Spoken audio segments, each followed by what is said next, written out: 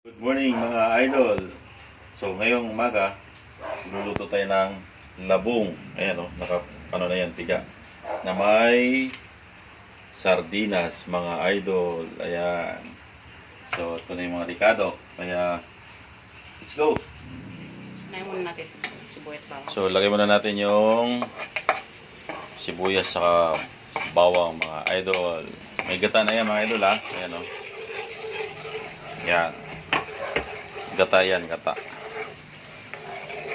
Okay, tapos lagyan na natin yung sardinas. Ayan mga lods, malaking sardinas lagyan natin kasi marami yung ano natin, labong. Labong. Ayan. Tsaka magkukulay na rin yan mga idol pag pagka luto nung labong na yan. Okay. Sige. Lagyan natin, timplahan na natin mga idol. Timplahan natin ng asin. Kunti lang muna mga idol kasi malat-alat na rin yan kasi labong. Tapos lagyan natin ng pampalasa, maging sarap. Ayan. Sa kasi mga idol, kami pag nagluluto, hindi na kami gumagamit ng bitchin. Kasi nakagandang lalaki daw yun mga idol. Charang. Ayan, lagyan natin yung labong mga idol. Yan o, labong. Lagyan na natin yung labong. Yan. Labong yan, lods. Binanlian na yan mga lods ha.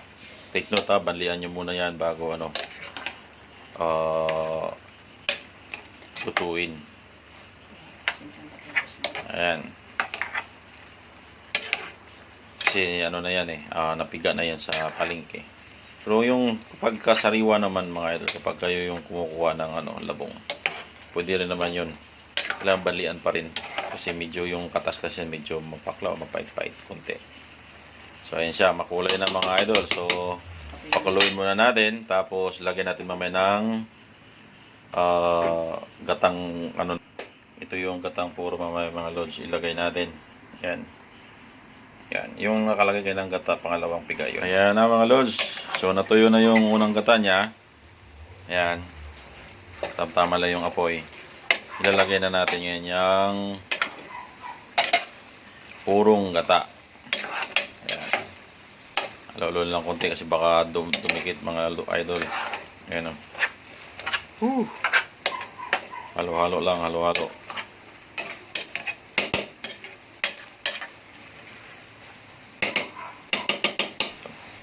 Okay na. So lagyan na natin yung purong gata.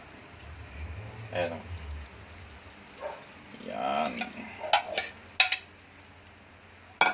Tapos mga lods, hayaan muna natin yan na ganyan ha. Huwag natin halo-haloin. So pag nagmantika na yan, yun, saka na natin pwedeng haluin. Yan, para malasa. Yun o. Yung iba niyan mga lods, nilalagyan nila ng yan. Nilalagyan nila ng baboy. Taba-taba ng baboy. So ito, sardinas lang muna tayo kasi medyo mahirap mga lods. Okay? So, takpan natin pag kumulo. So, lagyan natin ng kunting patis kasi yung timpla medyo matabang konti. So, pwede natin lagyan ng kunting patis.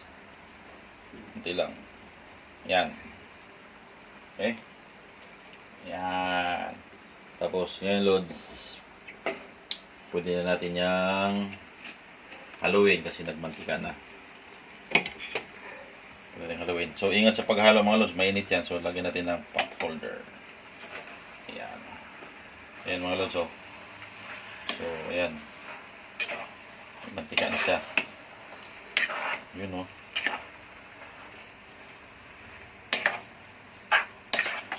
Suwabing-suwabe ang gata. Pangit kasi masyadong mga lods para sa akin. Pangit kapag sobra sa sabaw. Kaya dapat katamtaman lang. Katamtaman lang dapat yung gata natin. Kaya ayan siya. Kasi pag nagsasabaw baka hindi na yung ginataang labong. Sinabawang labong. Okay na. Yan. So ayan na mga lods, ang ating ginataang labong. Ayan, oh.